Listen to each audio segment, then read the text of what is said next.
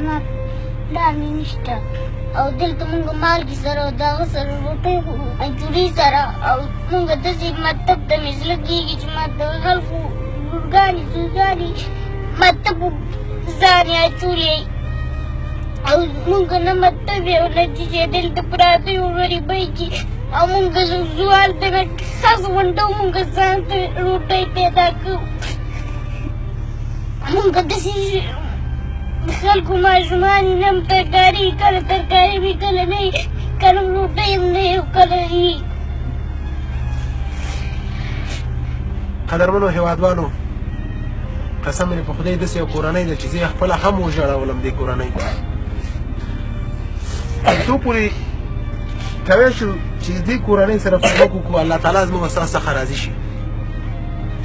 راځئ د دې کورنۍ لاسنیوی وکړو دې نه بعد بارانونه کېږي ګلۍ کېږي یخ دی دې په یو جوړ کالو کېږي تاسو به څه وایئ چې الله تعالی ته هغې دنیا ته لاړ څه به ووایي چې ما څه وکړم